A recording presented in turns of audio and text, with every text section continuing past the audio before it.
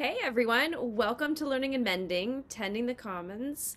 I'm Jen, and while we're waiting for everybody to sign in and get situated, I'm going to share with you this week's Embroidery of the Week.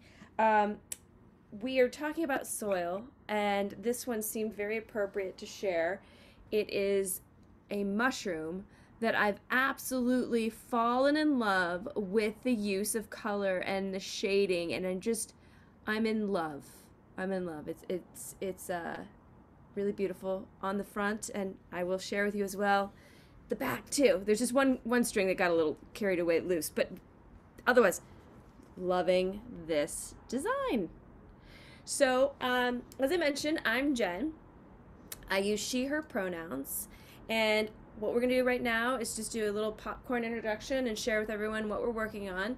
I am still working on my yellow rumped warbler, but I will happily say that I am making some headway on the body. I am really going for it. So I'm going with cream at the moment, but I'm planning on highlighting with some shadows after I get that done.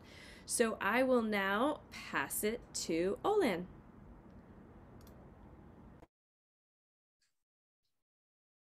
Oh, you're muted. Hello. Yes, I am now unmuted. Olan, calling in from West Hollywood and using she/her pronouns and closing in on this. I think I might be able to finish it this week. What? The many stitches, the many million stitches. Oh, hold on for 1 second. I want to pin that.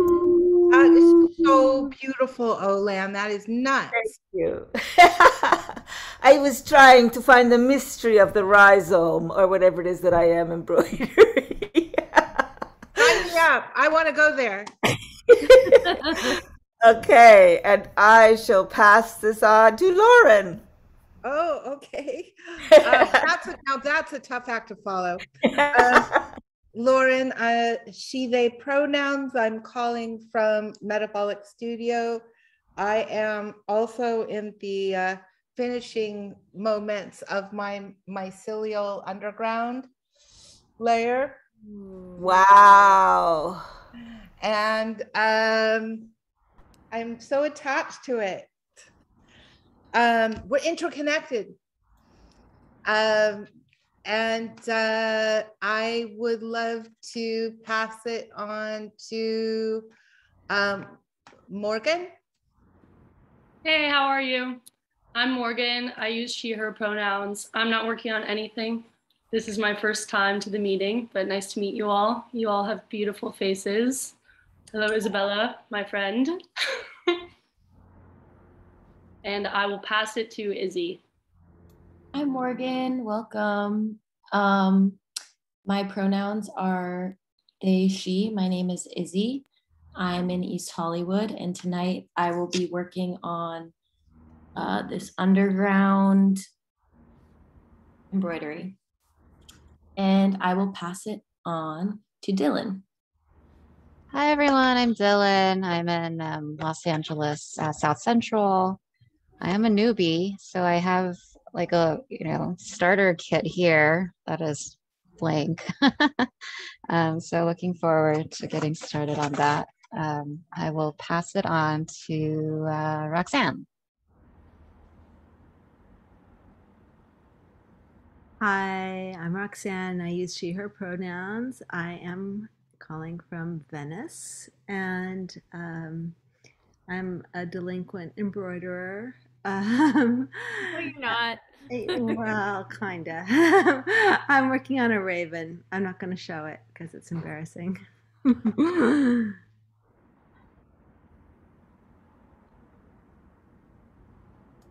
um, I'll pass it on to Linda. Hi, I'm Linda. I use she, her pronouns. I'm located in Los Altos in the San Francisco Bay Area, and I'm making really slow progress on my mycelium carbon network exchange. And I will pass it along to Cindy. Hi, I'm Cindy. I'm calling in from West Covina, and I also am working on a raven, but I haven't gotten very much done on it. So I'm hoping to get some progress in tonight. And I will pass it on to Ansu. Hi, everyone. It's great to be back with you all. I am calling in from Eagle Rock. I use she, her pronouns. And I just had an eye accident and I always have difficulty seeing. So it's hard for me to read the screen and to embroider, but my embroidery is right here. And I'm still finishing up my soil microbiology. I think I'm going to echo, hang on, Roxanne's piggy tails there and say I'm delinquent too. So let me pass it on to Emily. Did you go? Hi, Ansu. Thank you. Great to be with you all. Emily here in Echo Park. She, her pronouns. And I'm going to be sharing some sonic offering meditation reflection for us all tonight after the discussion. I'm looking forward to that. And let me pass it on to my friend, Kate Lane. Thanks, Emily. Hi, I'm Kate, and I use she, her pronouns, and I'm calling from Pasadena, and I'm working on white sage tonight. And I will pass this on to Derainer. Hi, Derainer, calling in from Baldwin Hills. I go by she, her pronoun, and I am still working on this underground pattern. I have a lot more to go. And I'm happy to be here this evening and looking forward to the readings. And I will pass it on to Stefano.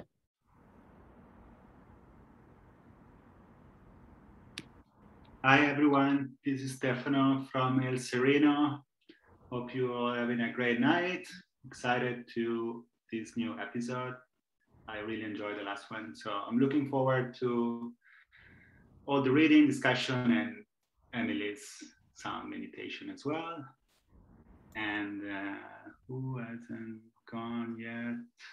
Finn, have you been called yet? Okay, so I'll pass it to you, Finn.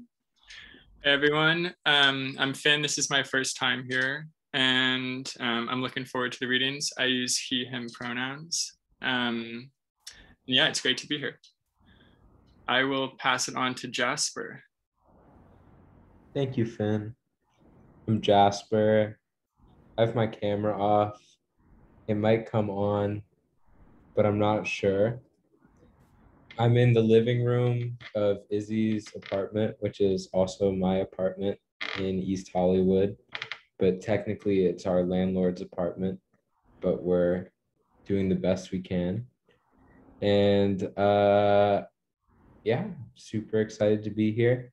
Izzy always has something super special cooked up, so I'm excited to see what it is. I use they, them pronouns. And Morgan, has Morgan had the opportunity to go? I have. Okay. I'll actually take it from here because I think most of us have actually introduced ourselves. Wonderful. And I'll start with our introduction. Thank you, Jasper. In this series, Tending the Commons, we will be exploring how the commons can be an alternative approach to the destructive nature of capitalism, where individual and short-term gains have been prioritized over the common and long-term good. We will be asking questions like, what are the commons? What does this look like? And how do social relations shift within the commons? In what ways do the commons resist the simulated scarcity of capitalism? This is the 6th iteration of Learning and Mending, following syllabi on abolitionist writing, indigenous perspectives of land stewardship, suffocation, Anna Tsing's The Mushroom at the End of the World, and systems thinking. In many ways, this series is a continuation of what preceded it. We have examined alternatives to capitalism and its destructive, corrosive nature in the previous syllabi. But in this series, we are specifically looking at the alternative to capitalism that is the commons.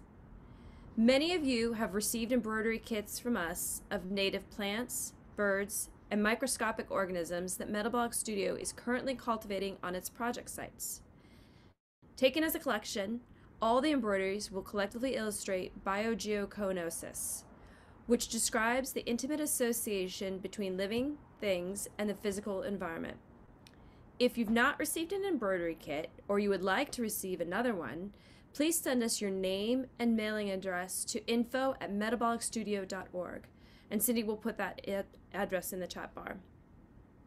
Tonight, we will share our screen, and we encourage you to read a section of the text aloud with us.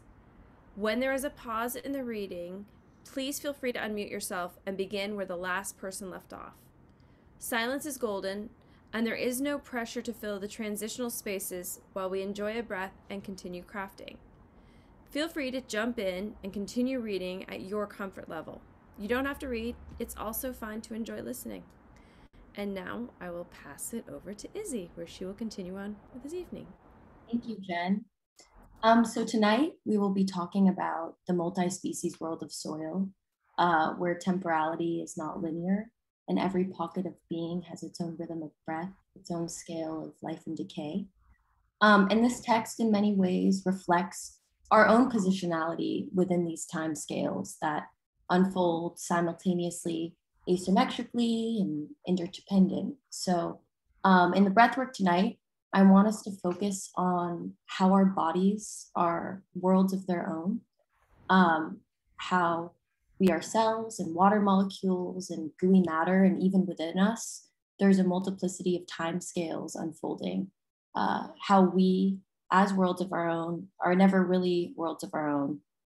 We're embedded into other worlds and made up of the material of shared worlds. So I ask that you close your eyes and find a comfortable position and take a deep breath in. Exhale. We're going to play with time. So we'll try the 4-7-8 method, breathing in for 4 seconds, holding for 7,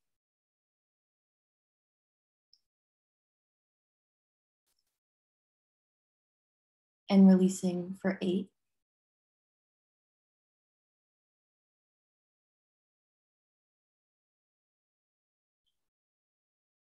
Let's try that again. Breathing in deeply, holding, noticing where your tension may lie in your body, exhaling, releasing, letting go, letting the face be soft, softening the jaw and tongue and eyes.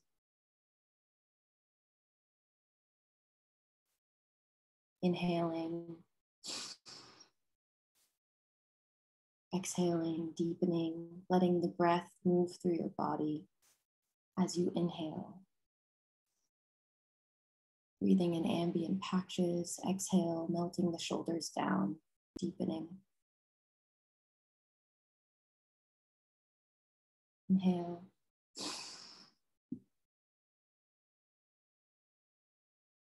Exhale, releasing, letting go, settling into our bodies, inviting our shared breath in to ourselves, to this microscopic world, sharing breath, sharing time. Take another deep breath. As you exhale, begin to flutter open your eyes, returning to the Zoom. So this week we're reading another section from a text we read last week, Matters of Care, Speculative Ethics in More Than Human Worlds, by Maria Puig de la Bellacasa, an associate professor in science, technology, and organization at the University of Leicester School of Management. In this text, Puig de la Bellacasa challenges conventional anthropocentric notions of care. She pushes back against the idea that care is an exclusively human capacity and explores care as a more than human agency. Care does not always look the same. It's complicated and entangled. It unfolds in many forms across many worlds. And the radically fluid nature of care is what makes it so powerful. Care is essential for the cultivation of the commons because its potential to move between worlds, to adapt, and to connect. And it's precisely for these reasons that Puig de la Bella Casa regards care as an ethical and political obligation. So last week we read from the chapter Thinking with Care, and our conversation built off of previous discussions of making kin with more than human beings. In other words, thinking with non-human worlds and acknowledging the entangled web of existence we're situated in, cultivating ontologies that nurture the commons. This week, we're reading from the chapter Soil Times, which compels us to, as the author says, make time for soil as an act of care. This notion of making time plays with temporality and challenges linear notions of time and production, typically upheld by capitalism's grip on world making. Soil Times thinks about the relationships between soil and humans, and in doing so, highlights soil as a living organism consisting of a multi-species community of biota, the worms, the mycelium, the decomposing leaves that fall, and so on. Each component has its own rhythm of life and death, and to recognize soil as a complex body replete with a multiplicity of timescales is to rupture a linear orientation of time. Capitalism tends to imprint its linear formulation of time onto life. It constructs time teleologically in patterns of means to ends, where everything becomes a means to the ends of capital. And soil, like many other forms of life, is subject to the brutalization of this linearity. This kind of thinking makes it hard to imagine the complexity of life underground.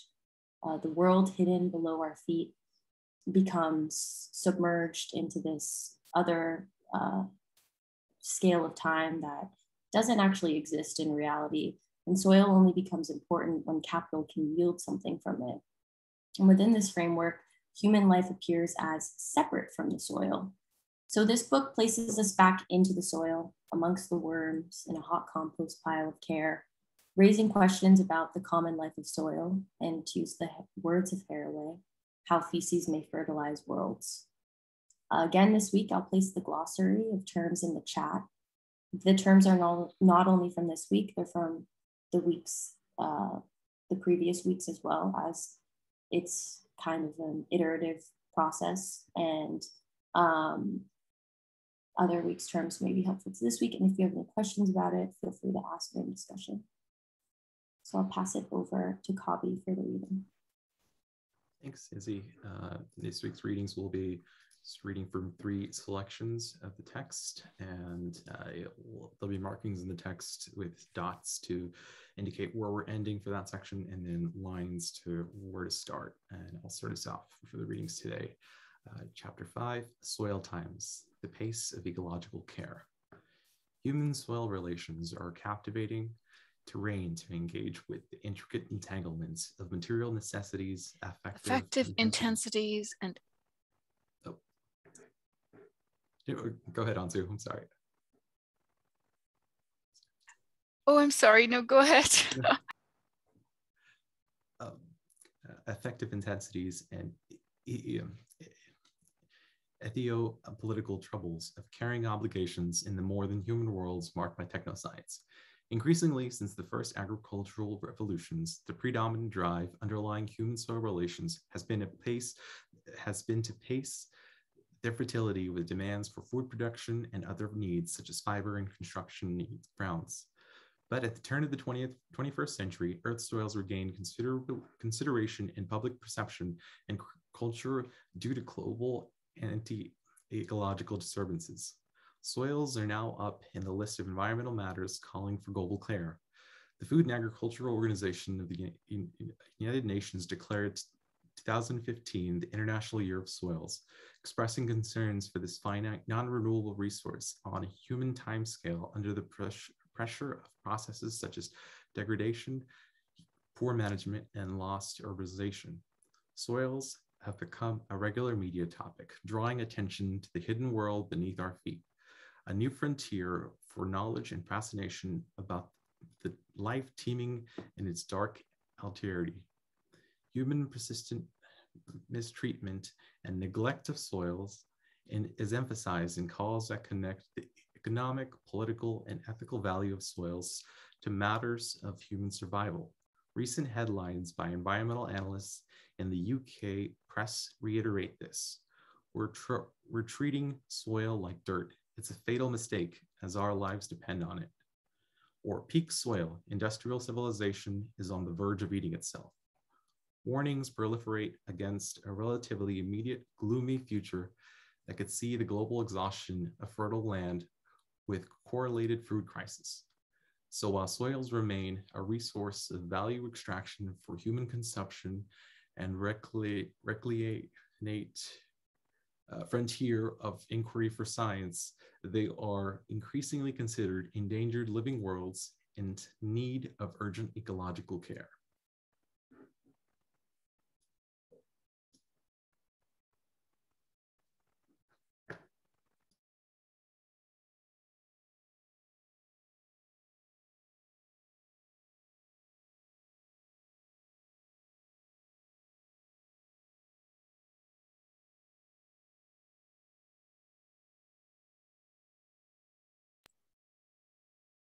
The living soil becoming in the food web. Is that where I start? Yes. As part of the ecological turn, soil ecology research has become more important at the heart of the soil sciences, concentrating on relations between biophysical, organic, and animal entities and processes. Lavelle 2000, Lavelle in Spain 2003. Moreover, a number of accounts of the discipline's development in the past 10 years connect the growing significance of the ecological perspective with the moving of biology to the center of a field traditionally dominated by physics and chemistry. In this context, it is remarkable how a notion of living soil, once mostly associated with organic and radical visions of agriculture, from Balfour 1943, is now mainstream. This does not mean that soil science traditionally conceived of soils as inert matter. Even conceptions of soils as reservoirs of crop nutrition focus on lively physicochemical processes and interactions. Also, soil microbiology has been a crucial part of soil science since its early beginnings, as well as is important precursor work on soil biology, such as Charles Darwin's work on earthworms. This does not mean either that biology and ecology support environmentalism per se, or that other disciplinary orientations in soil science must now be connected to biology. The noticeable changing trend is the increased significance of biota, from microbial to invertebrate fauna, and of course plants, roots, and fungi in the very definition of soil. That this has not been an obvious move is attested by ecologists who claim for a change in soil's definitions. Are living organisms part of soil? We would include the phrase "with its living organisms" in the general definition of soil. Thus, from our viewpoint, soil is alive and is composed of living and non-living components having many interactions. When we view the soil system as an environment for organisms, we must remember that the biota have been involved in its creation as well as adapting to life within it. Coleman, Crossley, and Hendricks, 2004. In this conception, soil is not just a habitat or medium for plants and organisms, nor is it just decomposed material, the organic and mineral end product of organism activity. Organisms are soil. A lively soil can only exist with and through a multi-species community of biota that makes it, that contributes to its creation. One of the most significant aspects of these changes in conceptions of soil is a growing interest in investigating biodiversity as a factor of soil fertility and system stability, Wardle 2002. This goes beyond biological interest. For instance, the recognition of the importance of large pores in soil structures gives a central place to increased research on soil fauna, such as earthworms, which some have named the soil engineers, Lavelle 2000. In the words of a soil physicist, as the appreciation of ecological relationships in soil science developed after the 1970s, studies on the role of soil animals in the decomposition process and in soil fertility have been more common. Workington, 1994. More research focuses on the loss of soil biodiversity after alterations, Van Leuven et al. 2011, and on the ecological significance of soil health for non-soil species, Wardle 2002. A number of soil scientists are now engaged in drawing attention to biodiversity in soils as part of educational campaigns and soil fertility projects worldwide. Soils have become a matter of concern and care, not just for what they provide for humans, but for ensuring the subsistence of soil communities more broadly.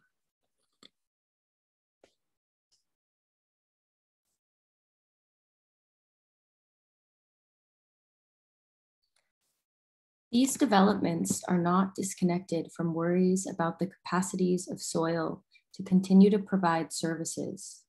A range of calculations are deployed to value the services of biota, or from a notion that accounts for soil fertility according to its ability to provide yield. Production continues to be a concern, as the loss of organic matter, diminished or disappearance of groups of the soil biota, and the accompanying decline in soil physical and chemical properties are identified as important causes of yield declines under long-term cultivation.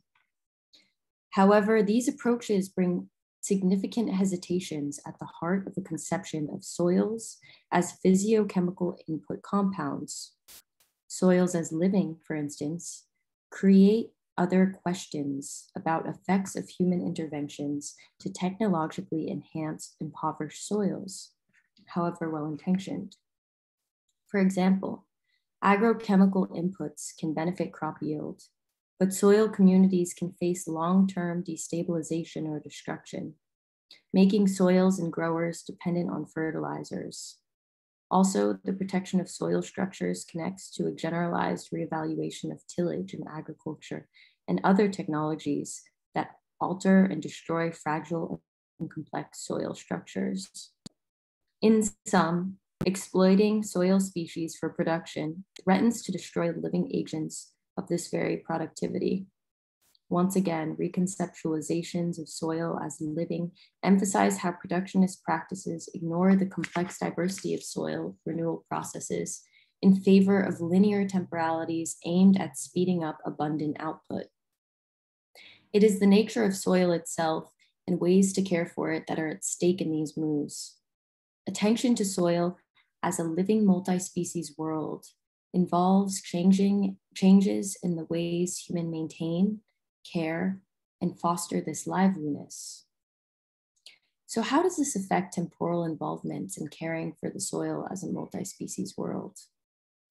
I approach these through the example of the food web, an ecological model of soil life that, having become popular in alternative growers movements, thrives at the boundaries of soil science.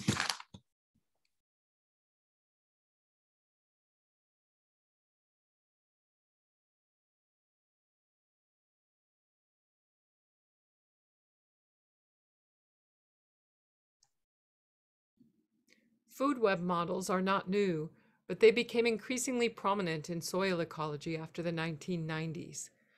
Food web models are valuable for scientists to describe the incredibly complex interactions between species that allow the circulation of nutrients and energy. They follow predation and eating patterns, as well as energy use and processing. Soil food web species can include algae, bacteria, fungi, protozoa, nematodes, arthropods, earthworms, larger animals such as rabbits, and of course, plants. They describe not only how species feed on each other, but how one species' waste becomes another one's food. Food web conceptions of soil question the use of artificial fertilizers, pesticides, and intensified agricultural models more generally. This is because their web-like interdependent configuration means that altering or removing any one element can destroy them. Often conceptualized as soil communities, even as they are based on trophic relations, who eats whom, food web models emphasize a living world below, teeming with life and yet always fragile. Soil ecology is, of course, not a unified domain, and while rich in holistic models of life cycles, it is also rich in reductionisms. If I am lured by moves that see soil as a multi-species world, it is for how they could affect not only the nature of soil itself, but also the ways humans maintain, repair, and foster soil's liveliness. That is, the agencies involved in more than human webs of care. Interdependent models such as the food web disturb the unidirectionality of care conceived within the linear timescapes of productionist time, traditionally centered in human crop care relations. Relational approaches to the cycles of soil life in themselves can be read as disruptions to productionist linear time, simply because ecological relations require taking a diversity of timescales into account. Yet food web models also affect relations to soil for how they turn humans into full participant members of the soil community, rather than merely consumers of its produce or beneficiaries of its services. It is the emphasis on the interdependency of soil communities that is appealing for exploring more than human care as an immanent obligation that passes through doings and agencies involved in the necessary maintaining, continuing, and repairing of flourishing living webs. Remembering discussions in previous chapters around the non-reciprocal qualities of care, we see that while care often is represented as one-to-one practice between a carer and a cared for, it is rare that a carer gets back the care that she gives from the same person who she cares for. Carers are themselves often cared for by someone else. Reciprocity of care is asymmetric and multilateral, collectively shared. A caring conception of soil emphasizes this embeddedness in relations of interdependency. Caring for soil communities involves making a speculative effort toward the acknowledgement that the human carer also depends on soil's capacity to take care of a number of processes that are vital to more than her existence. Thinking multi-species models such as food webs through care involves looking at the dependency of the human carer, not so much from soil's produce or service, but from an inherent relationality. This is emphasized by how the capacities of soil in food webs refer to a multilateral relational arrangement in which food, energy, and waste circulate in non-reciprocal exchanges. Food webs are therefore a good example to think about the vibrant ethicality in webs of interdependency, the asubjective but not necessary ethos of care circulating through these agencies that are taking care of one another's needs in more than human relations.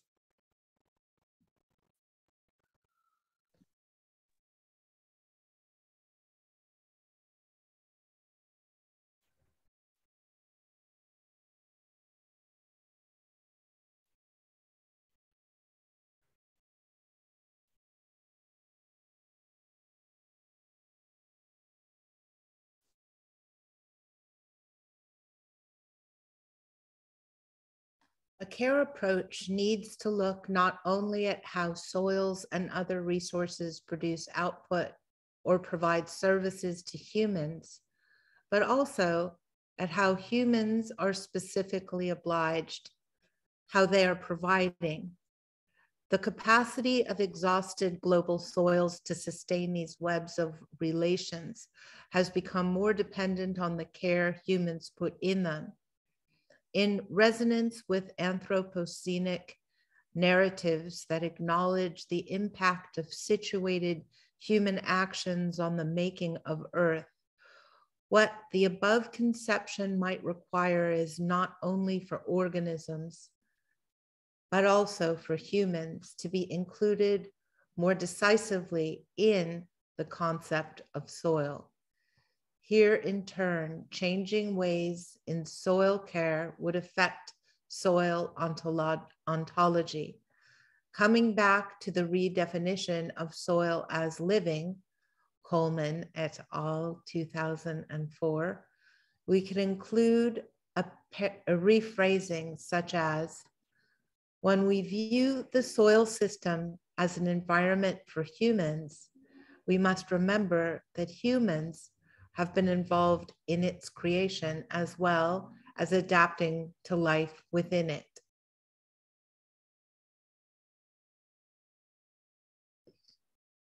Care is a necessary everyday doing, and as such, it carries a compelling character that can become the moralistic justification under which regimes of power and control circulate and justify. Feminist work has analyzed and contested the ways in which the everyday needs of care become a burden largely assumed by women. As noted before, this critique grounds the ethico-political relevance of eco-ethical questions, such as who provides the ecosystem service and for whom?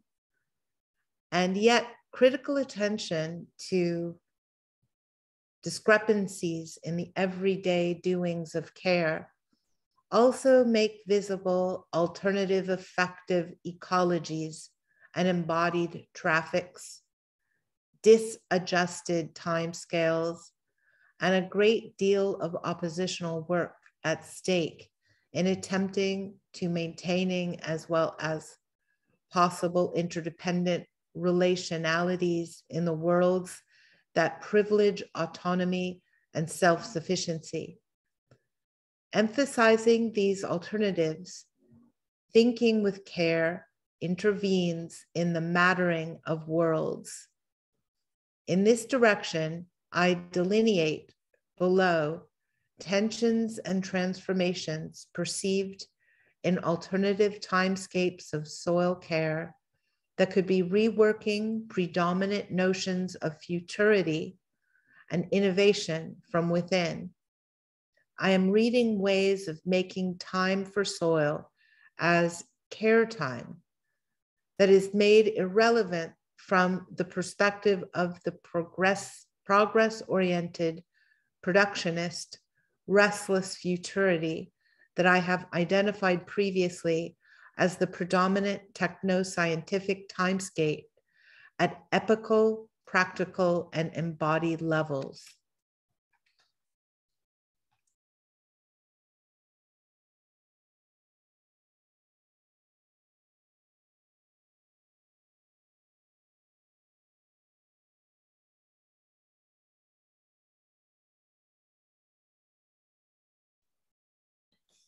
Starting with embodied time, a focus on care elicits material and effective involvements at stake in maintaining and fostering independent human-soil relations. These include adjustments according to cycles, articulating future and past in a presently embedded time, as well as different ecological timescales. Feminist anthropologies of caring practices can support this observation, for they expose labors of everyday mundane maintenance, repetitive work requiring regularity and task reiteration. Mole 2008, Moll, Moser, and Poles 2010, Singleton and Law 2013. Anybody who has been involved in caring for children, pets, elderly kin, an allotment, cells in a petri dish knows that the work of care takes time and involves making time of an unexceptional particular kind. It requires having to deal with necessary material doings of maintenance that absorb time, but ground the everyday possibility of living as well as possible, cleaning up vomit or digging ditches. Effectively, this aspect of care time can be enjoyable, but also very tiresome, involving a lot of hovering and adjusting to this temporal exigencies of the cared for. Ethically and politically, this work remains neglected, receiving among the lowest wages, even within socio-technical regimes that put carers under high moral pressure because of the economic importance of their work. Care time is not about harmonizing dislocated time. Following the intrinsically relational meaning of care approach in Chapter 3 as concomitant to complex heterogeneities, care cannot be holistic in the sense of aiming to recover a sense of oneness. It goes in the opposite direction as it requires an understanding of the real difficulties in the way of fostering the growth of concrete, multifaceted caring relations among individuals, societies, and non-human beings and systems whom they live. King, 1991. Moreover, temporal diversity is crucial in tunings and readjustments of intensified involvements because one form of care does not necessarily work in a different arrangement and will need to be readjusted as a relation evolves. Example, different types of soil will need different care, even the same soil at different times of year. Given the recalcitrant diversity of soils, unexpectedness and indeterminacy are part of care work because specific relationalities are at stake and therefore need a fair amount of tinkering. But it is also true that specific care becomes better when it is done again in the particularities of a knowing relation that thickens as it goes, as it involves. I have noted earlier how future urgent, speedy temporality suspends and compresses the present. It could be thought that care time suspends the future and distends the present, thickening it with myriad multilateral demands. It would be wrong to purify the time of care from other time scales, for instance. It is my yearning to see my child grow into the future, and these thoughts are also affected by a sense of mortality, fears, and possible anxieties, and of course by the weight of passing presence and lessons of caring that we are repeating, reenacting. Care time is not a get it while you can now, which ignores the future and obliterates the past. But even when one cares for the dying with hope and anxious anticipation, even when care is compelled by urgency to enjoy the fleeting present, charged by past regrets and joys and the weight of accumulated experiences, a certain suspension of feelings of emergency, fear, and future projections and weighty past is required to focus on caring attention. In particular, with regard to anxious futurity, feelings of emergency and fear, as well as temporal projections, need often to be set aside in order to focus and get on with the tasks necessary to everyday caring maintenance. Without this mode of attention, care would be an impossible charge, always at the edge of a break.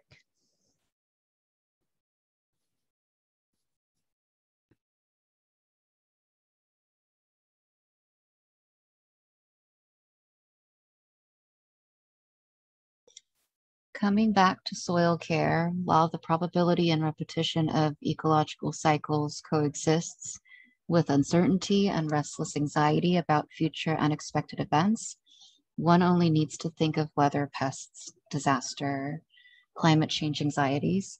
Some expected repetitiveness grounded on trust and reliance on the continuity of relative life processes is part of ecological relations of care. Taking care, even of the unexpected, remains an unavoidable, imminent obligation for those living in more than human webs. Equally, relations of care are made more difficult when we are under the pressures of managerial and output-oriented time constraints. Unpaid and paid carers often ask not so much to be paid, or to be paid more, but to be allowed more time to care well. Ehrenstein, 2006. Caring attention needs a certain abstraction from the discontinuity of time and the compression of the present that marks anticipatory preemptive technoscience. The risk-taking ethos of promissory and anxious futuristic technoscience obscures the quality and persistence of these everyday doings. This is not to promote a conservative notion of time. Drawing attention to this time scale is rather a refusal of the binary that dismisses it with regard not only to linear, managerial, predictable conceptions of time, but also to their postmodern counterpart, the consecration of uncertainty.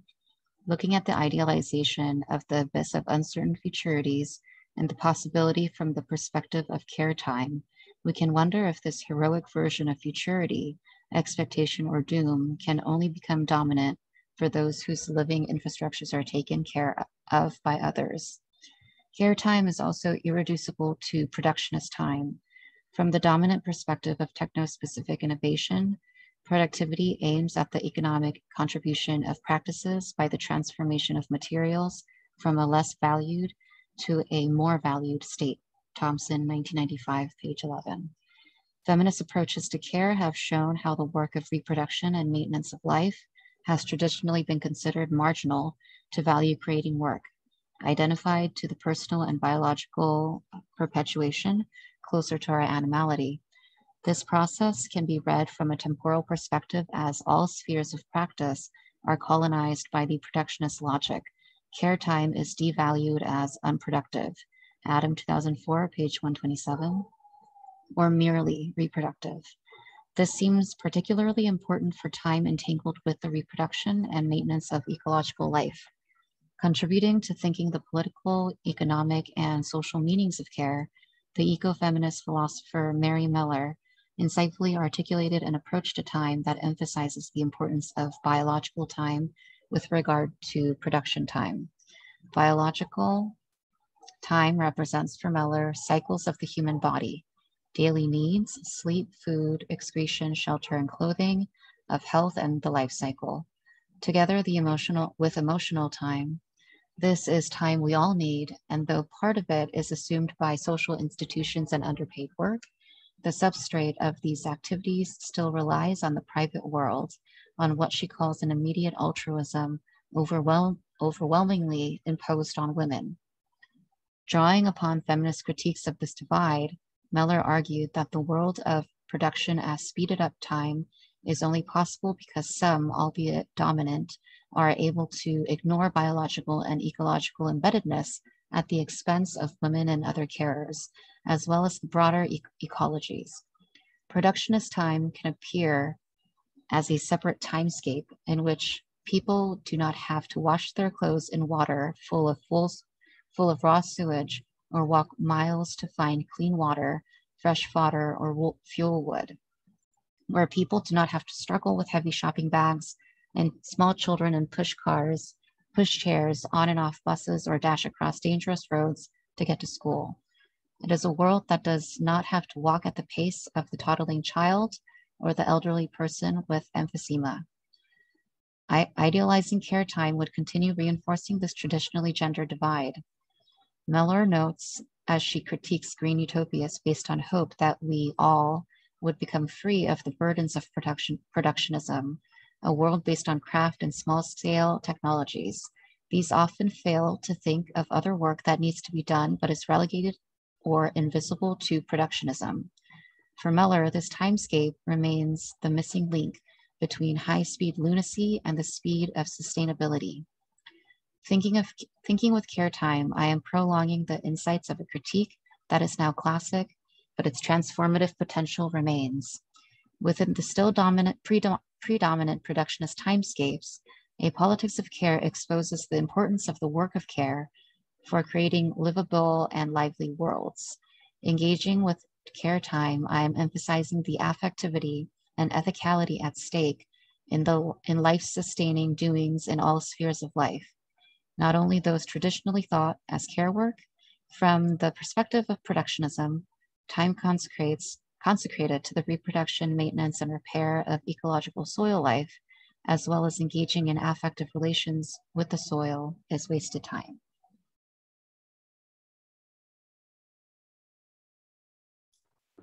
Thank you everyone for reading along.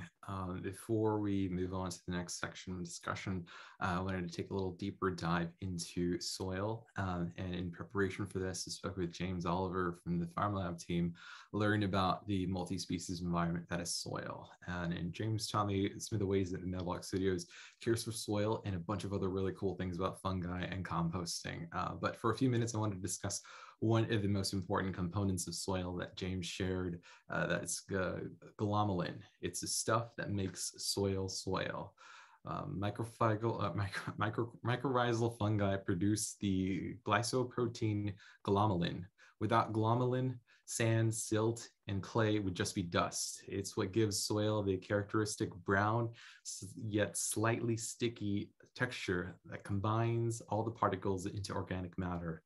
It's also what captures carbon into the soil. Fungi are very carbon driven and eat carbon to keep it in the soil. And now some organisms may ingest the glomalin, get eaten by other animals, and eventually release it back into the atmosphere, but a significant portion or percentage of that carbon remains in dead tissue or necromass that holds carbon in the soil. And one of the best ways to keep glomalin and carbon trapped within the soil is with no-till agricultural practices. Mycorrhizal fungi are also able to use their network to seek out vitamins, minerals, compounds, phytochemicals, and other nutrients in the soil and bring them directly to the plant in a symbiotic relationship. And with like really sheer coincidence of frequency bias, I heard a keynote this morning from Bioneers conference with David Montgomery and Ann Bilkey, who look at the ways that soil health is directly linked to human health in their upcoming book, You Are What Your Food Ate. They did a really cool experiment where they compared crops of the same variety across farms that are practicing either regenerative agriculture or conventional farming. They found was that the regenerative farms that practiced no-till had permanent ground cover and a diversity of crops. When they tested the produce across all the regenerative farms and conventional farms, the crops from regenerative farms had higher levels of minerals, vitamins, and other phytochemicals present. This is due to the ways that those farming practices cared for the soil, recognizing the food web and kind of connecting us back into the web of life between soil communities, our food, and our bodies, from mycorrhizal fungi to plants to us and back into the earth. We're participating in these soil communities in our methods of care, whether it be hot composting and vermicompost. We're putting life and nutrients back into the soil. And one day we'll even give our own bodies into the soil. And I wanted to end this little deep dive with a quote from this week's reading that really struck out to me. Caring for soil communities involves making a speculative effort toward the acknowledgement that human care also depends on soil's capacity to take care of a number of processes that are vital to more than her existence, emphasized by how the capacities of soil and food webs refer to a multilateral relational arrangement in which food, energy, and waste circulate in non-reciprocal changes. And now I'll turn it over to Izzy. Thank you, Kavi. I always appreciate your deep dives into the particularities of our subject, so thank you.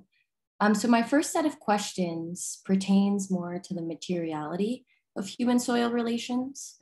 In the first section we read for today, the author writes that what soil is thought to be affects the ways in which it is cared for and vice versa. So what is your relationship with soil, and how do you think about soil? What has the soil taught you, and are there ways you've perhaps reciprocated the attention?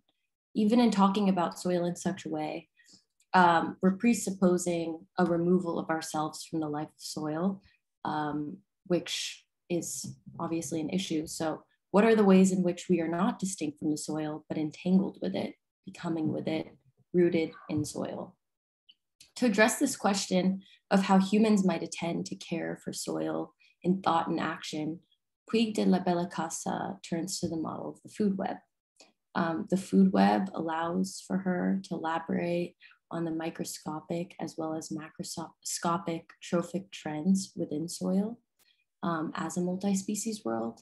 And some of the actors articulated by the author include algae, bacteria, fungi, protozoa, nematodes, arthropods, earthworms, and then larger animals, she writes, such as rabbits and of course plants. And all of these components within the soil community are always relating to each other in delicate and interdependent ways, including who feeds on whom. And as she writes, removing one element entirely drastically alters the web of relations. So the author is articulating that humans are also part of the food web of soil, not just as consumers or beneficiaries, but as members of the soil community.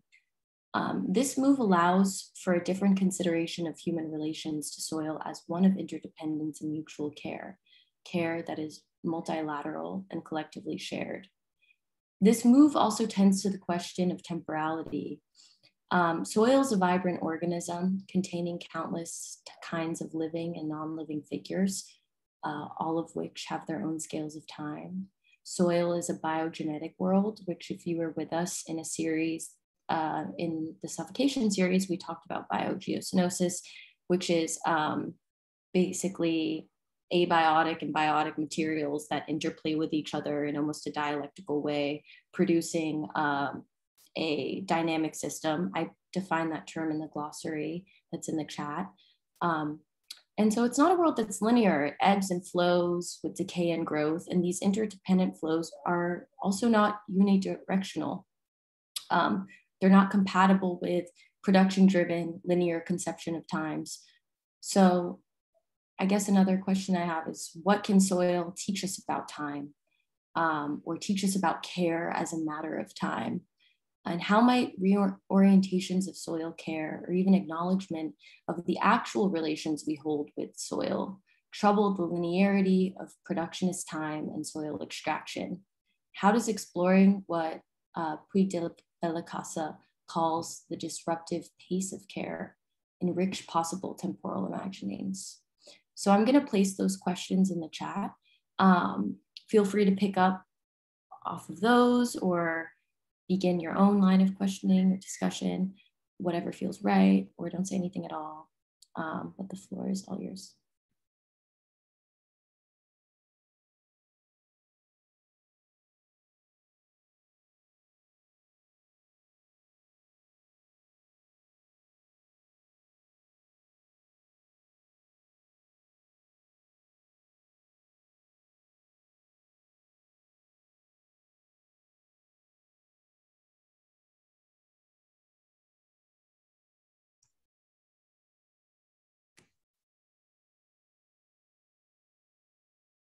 I've been thinking a lot today about the South Central Farm.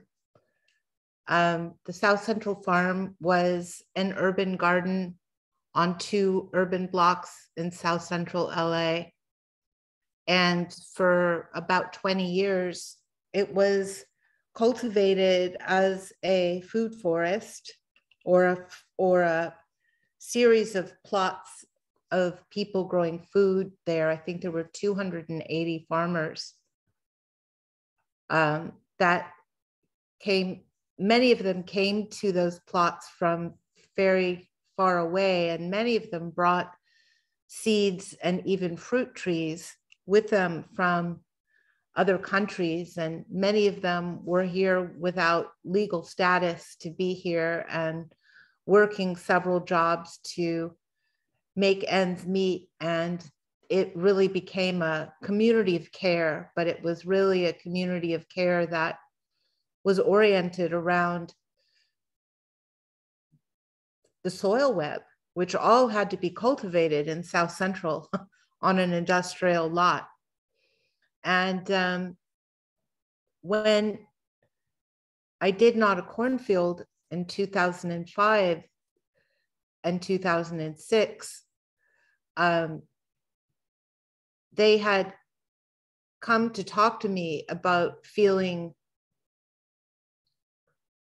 upset by the kind of reductionist way that I was thinking about the cornfield, like more, I was thinking about the cornfield as a field, as a like a unified field of green, like a chlorophyll kind of revolution. And they were thinking about a field as a place for 280 families to grow food.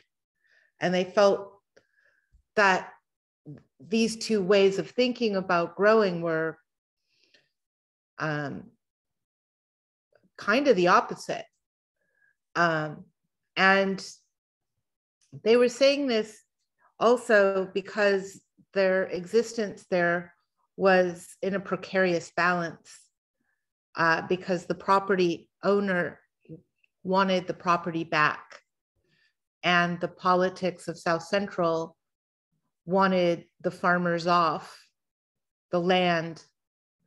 There was race issues involved. South Central is largely African-American, Black community, and most of the South Central farmers were from Latin America, and there was tension there as well. But we got Metabolic Studio, then called Farm Lab, got very involved with trying to save the farm, as did many other activists throughout the city. And we were unable to do so. And after Ralph Horowitz evicted all of the farmers, all of the farmers were standing around the two urban blocks behind the fences that they used to be inside of, and watching as he took bulldozers and bulldozed all of those 280 little farm plots that took 20 years to cultivate. And it was extremely traumatic. And we were able to, I was able to call him and ask him if the studio could possibly purchase the earth and the seed and the trees instead of have them bulldozed. And he said, "Why would you want a bunch of dirt?" And that was the moment that I realized what a huge cultural divide there was between property and soil, that there was no concept in his mind that 20 years of extremely hard work to cultivate two urban blocks of soil but had zero value to him.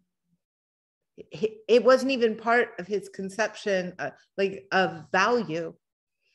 And so we were able to stop that part of the trauma by paying Ralph Horowitz an extra $20,000 is what he wanted for all of the earth, seeds, and trees of the South Central farm. And we had promised the farmers to keep all the trees together. And it took another year to discover that the city of LA wouldn't let a food forest go into any public park because they were worried that unhoused people would climb the fruit trees and fall off and sue the city. So they passed an ordinance instead, which said that you couldn't grow anything that provided food in the city of LA. So this is where I sort of realized the incredible complexity and resistance to the web of life that exists for complex reasons. So we've been able to establish an urban gardening program at the Huntington Library and Gardens, where we took the trees of the South Central farm, and we were able to get lifetime memberships for all of the South Central farmers. But we still aren't nearly where we need to be in thinking about the interdependent web of human beings and soil. and that soil cultivation is different from making a park, and it's different from the amenity of open space.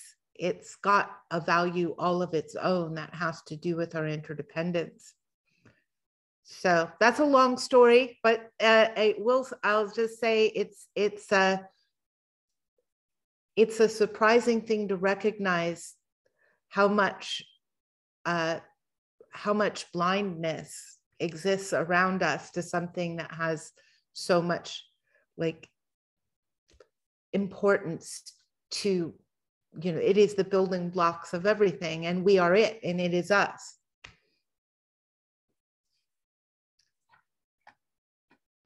That's an amazing story. Is that story published anywhere? Yes and no. Aspects of the story are published, but the story that I just told you is not published. Okay. But there's a lot about the South Central Farm if you look it up. Thank you. I wrote a children's book about it. Oh, wow. But it's not published, but I can send you a copy. Oh, I'd love that. Yeah. You know, in a very smaller, well, I didn't like to say it's small because it's not. When I moved to France and I was living in France and speaking French, and it was the first time I grew up with the word dirt, you know, and it always kind of affected me that, and in France they say la terre for the soil as well as for the planet Earth, you know. So there was something very strong, powerful for me to all of a sudden realize that's not dirt, that's the earth, you know. And I think there's a lot about how we use the language when we talk about things, and if we started calling things earth instead of dirt, maybe even earthy instead of dirty sometimes, you know, depending on what's on it, but that the soil is actually the earth. I think it's a powerful tool to use that language around it. That's all I have to say right now.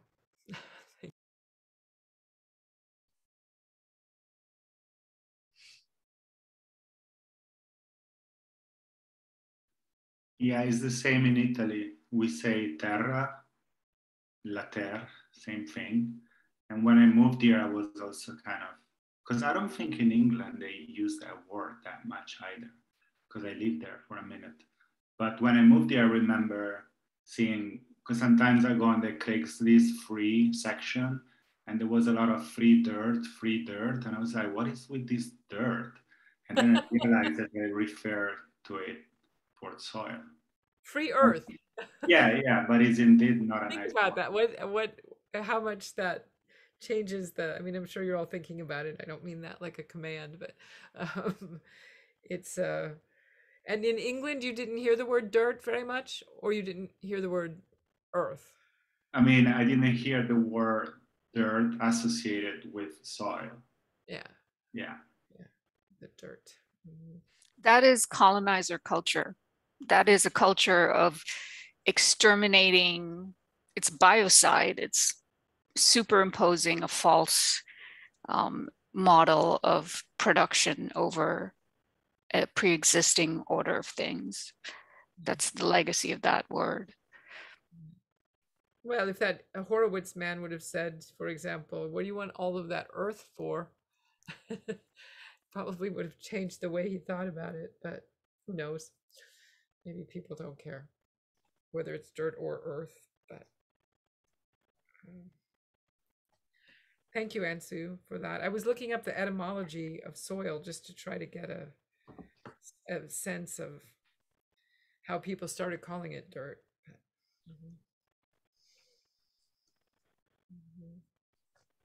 Yeah, I wouldn't conflate the Anglo. This is an American cultural thing. It's not uniformly used, that word in English. Yeah. I wanted to raise another on the second part of your long and good question, Izzy, about the linearity of productionist time and soil. I just wanted to raise the issue that was not raised in this otherwise really cool text, but that the movement over the past 10 years of soil science from a more the physics and chemistry and materiality of soil back to the biology part of soil, that's been accompanied by a completely, typically American capitalist exploitative model in the soil fertility world. So there are companies, and you can just go online and see they're complete with the Black Friday sales of microbes designed to stimulate your soil, to stimulate growth. So you can buy like mixes of microbes that are the equivalent of what used to be, the perfect NPK, fertilizer mix.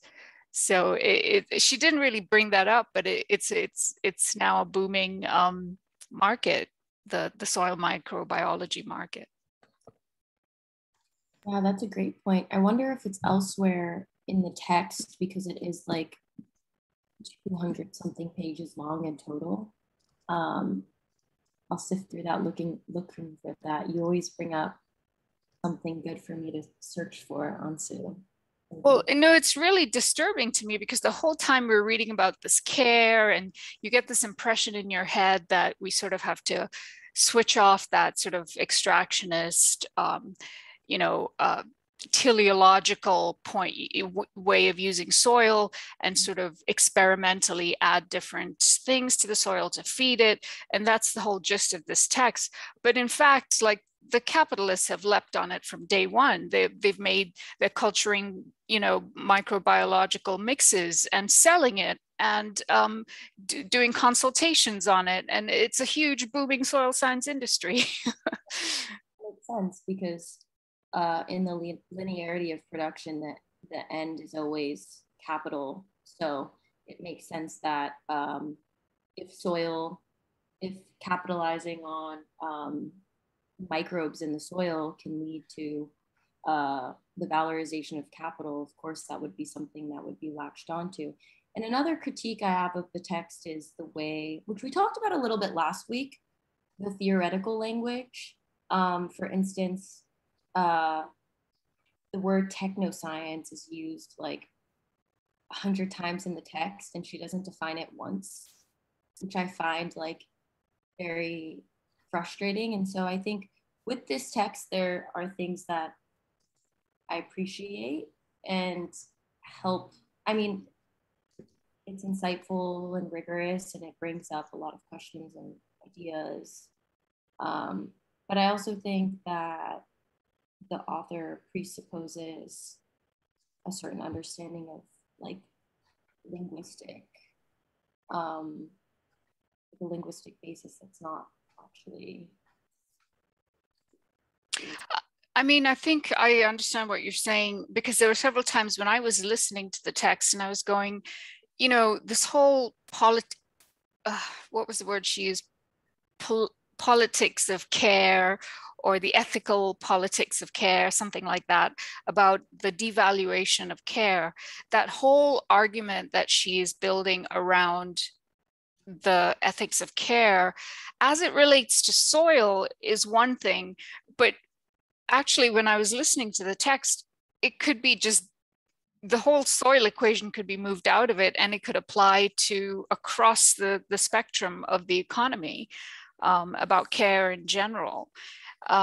So I think she's trying to bridge two different conceptual worlds, like trying to map the sort of biological world of soil with these politics questions of care. And she does it well in some instances and more dissociatedly in others. And it's an interesting exercise, but sometimes I find her theoretical explanations like not sufficiently well built.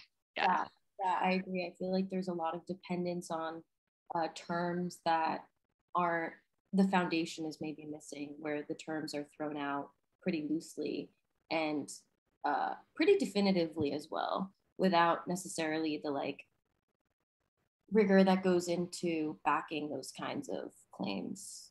And that's kind of frustrating. Also, like, last week I know we were talking about the theory as something that's necessary to grab at these ideas or concepts, but I also think that sometimes she takes it a little bit too far.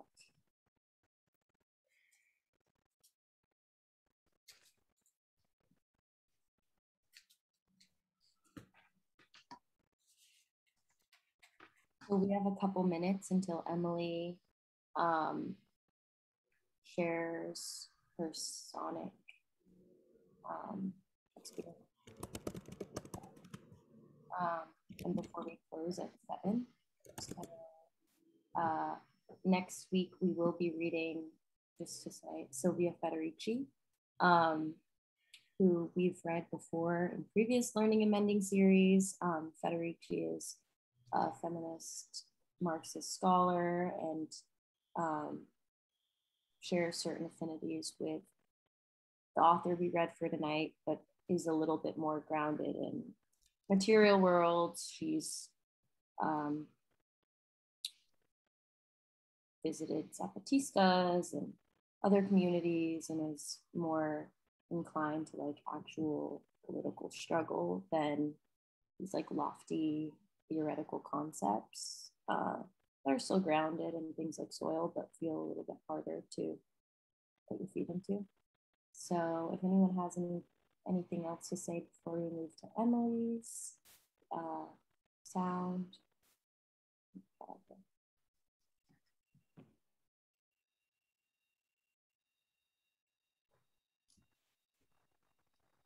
A random personal anecdote that's related to the article that Lauren posted in the chat about human as Latin for humus and bodies coming from the earth.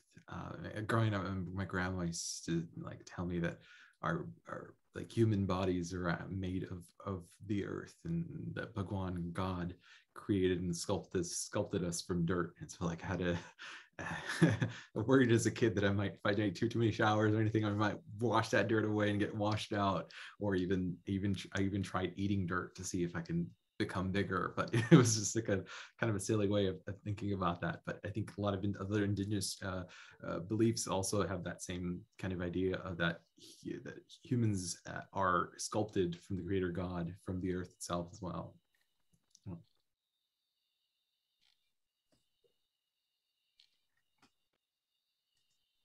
I love that story. That's really good. It's the exact opposite of the whole Christian architecture of the world, which is totally vertical and like as far away from soil as possible, where heaven is the ultimate, goal of life, and you sort of have to shirk off this bodily, messy world and go upwards.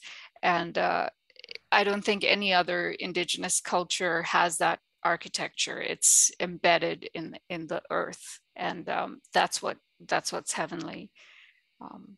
It's really cool. I think that's a good note to shift to Emily's soil guitar, which looks really cool. So take it away, Emily.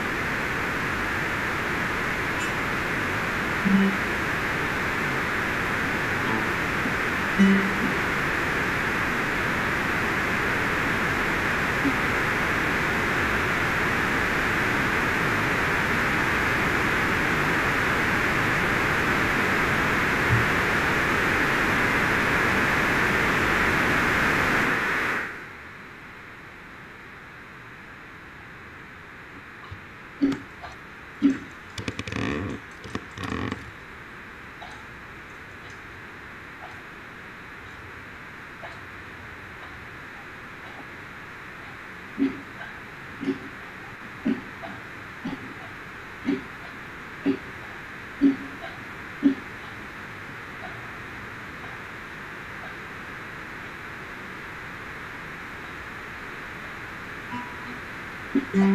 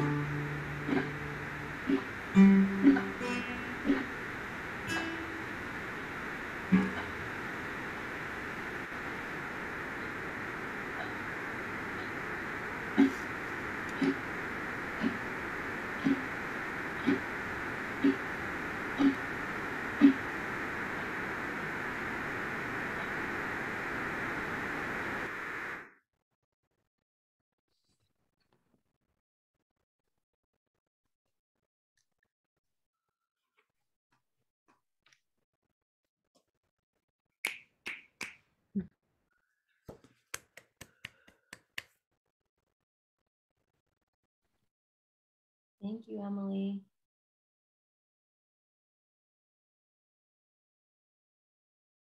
I hope your guitar is okay.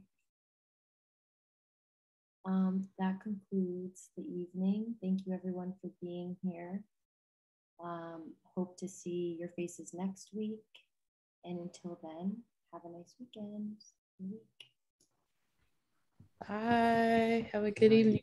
Good night. Bye. Thank you, everybody. Bye. Thank you. See you next time.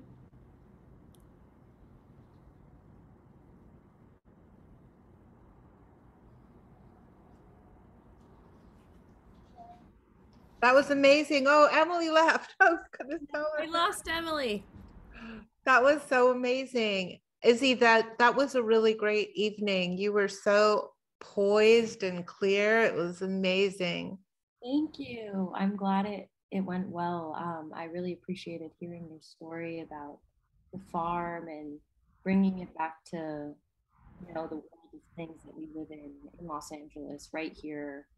Recently. Like, it's good to bring things back to the present, and I think, I really enjoyed that anecdote. So thank you.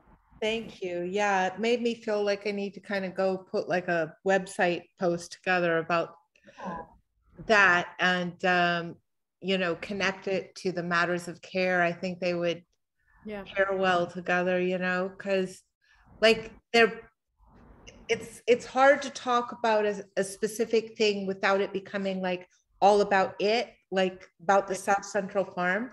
But somehow in the matters of care and sort of your question about like, how did you learn to care? Like what, like that just was like, clearly for me, I learned about it because of trauma. Like I didn't even know, it never occurred to me that somebody could value something that took so much time and effort to make as if it were a nothing.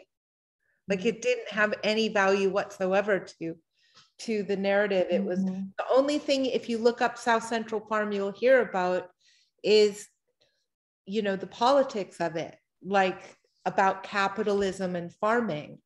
But for me, and that's a huge part of the story, but I think for me, the thing that was so shocking is like the complete inability to understand the value of what he was destroying, like the real value of it.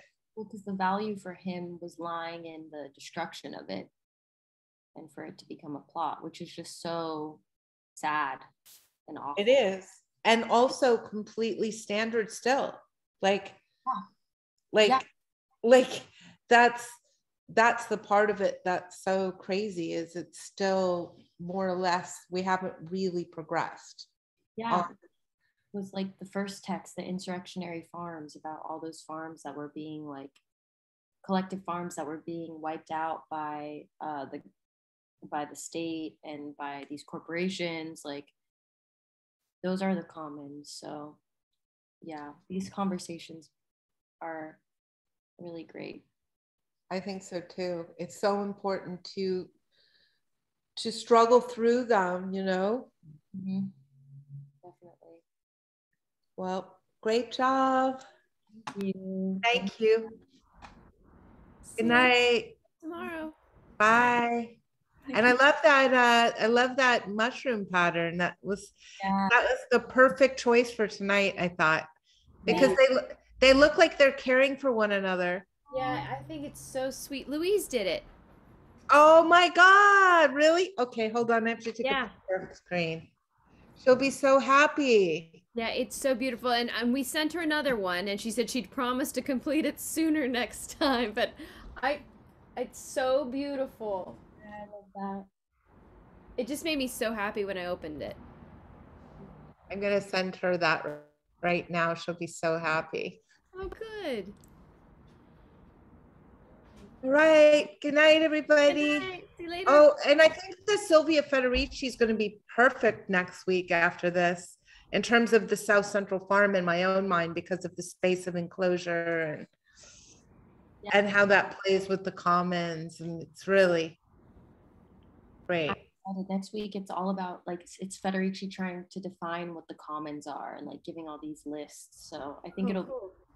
it'll be cool to have something that's like, what actually is the commons? Because we haven't even talked about that yet. Oh, I'm looking forward to that reading. Which book is it? Reenchanting the World. Okay. I can send you the page numbers.